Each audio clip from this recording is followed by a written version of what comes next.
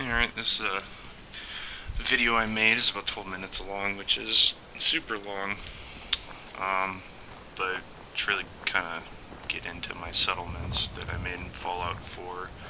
This is my first one I did at Red Rocket. Got a garden back here. Crop's coming in pretty good. And Red Rocket's not a bad place to build.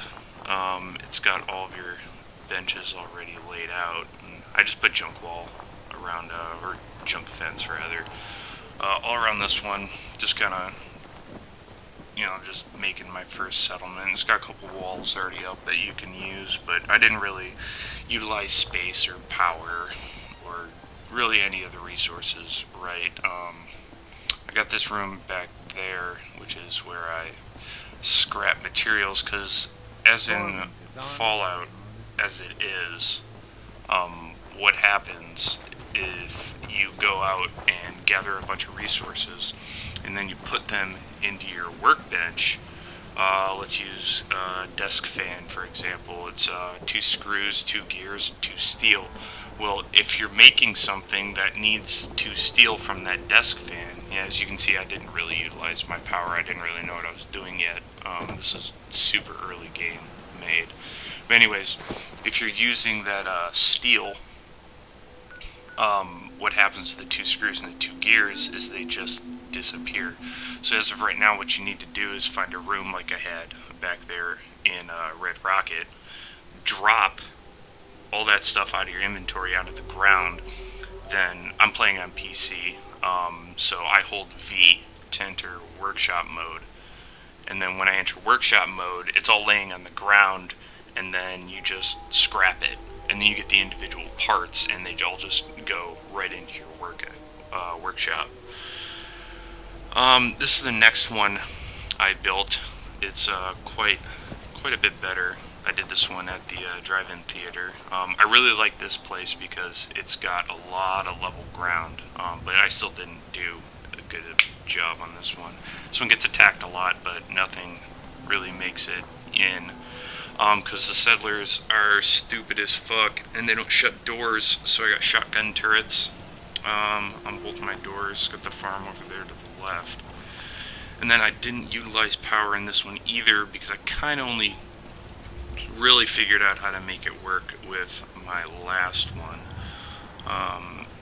Once again, I'm not a high enough level in a community leader yet to put all the benches up, so I didn't really spec into charisma. So I can't build those benches yet, but I have room for them when I can build them. Got a lot of turrets around this one. This gets attacked a lot. This Red Rocket and Tappington Boathouse, which I'll show you at the end of the video, get attacked all the time. Turrets really help you out. Yeah, but I got guard towers up here, and hopefully they'll put a hotfix out that kind of maps AI who are supposed to go to guard posts to actually go to the guard post. Now in this one, I didn't really use junk wall. I used regular shack walls because they tend to be a bit cheaper than the junk fences. And on this one I used, obviously this one wasn't cheaper because I did all steel, because I thought that would look cool. And what I ended up doing was just wasting a bunch of steel because there's really no difference. But that is creepy. Got all my settlers just chilling. And that's how they all get mopped away by a super mutant with a fat man. But anyways, I usually equip all my settlers with weapons and armor that I pick up from raiders and such. But I kind of got this idea for a good settlement later, and I put these junk walls here because this thing is levitating and it looks like shit. So got rid of that. But I got a good idea off like this type of thing. I don't care about your blisters. You get them all over your face. That I couldn't really do. I added this part after I'd already built this entire settlement with these walls, but I mean it does pretty good against attacks with this second segment kind of outside. You know, it's got over 120 defense, which isn't bad. But it was after I built all of this that I kind of realized what I really wanted to do, and I didn't really feel like scrapping it. I'll probably come in, scrap and utilize, but my main settlement that I've been working on is over here at the lighthouse. This area I just kind of stumbled upon. I don't know if it's part of the Minutemen quest line or not, but it is filled with children of Adam. If you remember them from the previous Fallout games, they have some. They're like obsessed with like the ghouls or whatever. I don't know what their deal is, but they shoot you with gamma guns, and that does like 100 rads every time they hit you, and there's a lot of them. So if you're gonna come out here, definitely make sure you have a lot of rad away, because you're gonna need it. I think I went through probably like 15. But anyways, this is my main settlement here. I thought I was going to do something a little bit different with this one.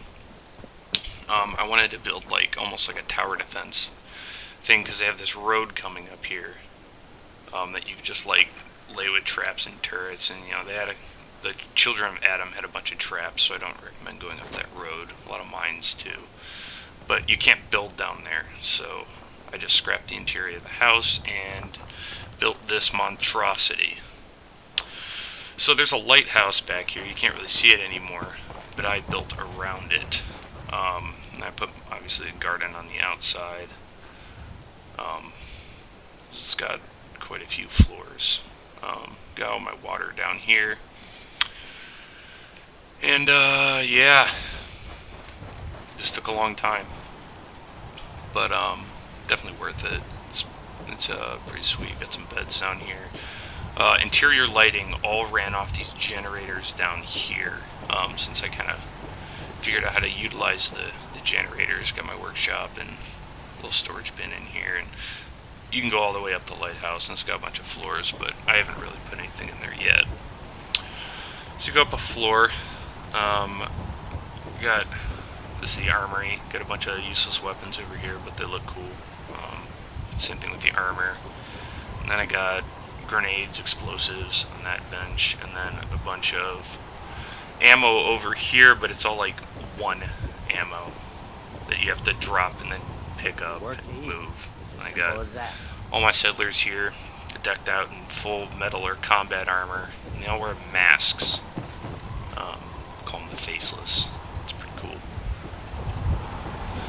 But basically, I don't know how far you guys are into the quest line, but this is being built as my ultimate defense castle thing. We have missile turrets on the side here. This is the barracks floor.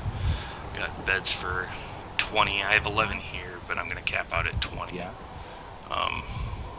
Let's see, all my settlers there. Got a TV that never plays anything, but they like it. This guy was my first settler ever, so I gave him that armor, so he stands out. He's equipped with a fat man.